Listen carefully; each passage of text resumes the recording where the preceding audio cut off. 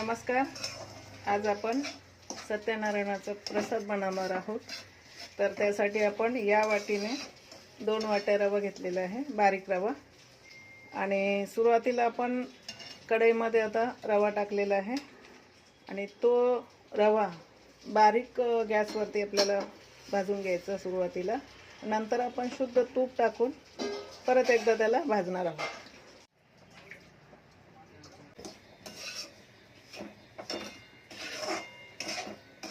दोन वाट्या रवा असेल ना तर 2 वाट्या तूप, 2 वाट्या साखर आणि दूध अर्धा लिटर टाकायचं. बरं, जास्ती टाकायचं, दूध खूप लागतं त्याला. एक केळी टाकायची सोलून.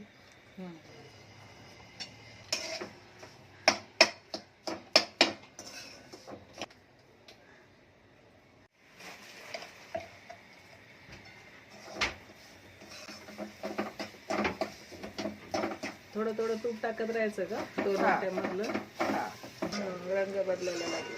परतून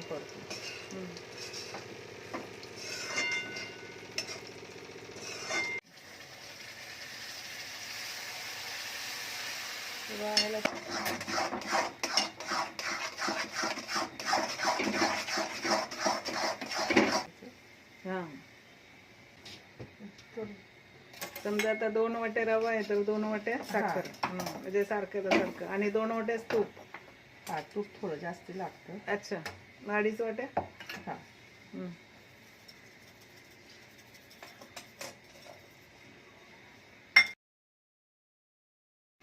आता एक कमी गॅसवर थोडी वितळू द्यायची. आता साखर टाकल्यानंतर 2-3 वेळा हलवून घेतलं आणि ड्रायफ्रूट टाकायचं शेवटी.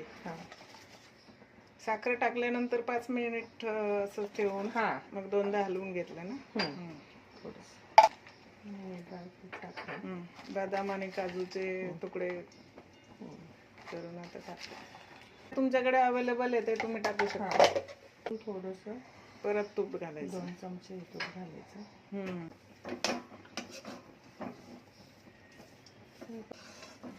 एकदम गुलाबी कलर आलाय. आपला प्रसाद तयार आहे. तर आपण करू शकता आणि असा प्रसाद करून आम्हाला कमेंटद्वारे सांगा. आपल्या चॅनलला लाईक, शेअर, सबस्क्राईब जरूर करा. धन्यवाद.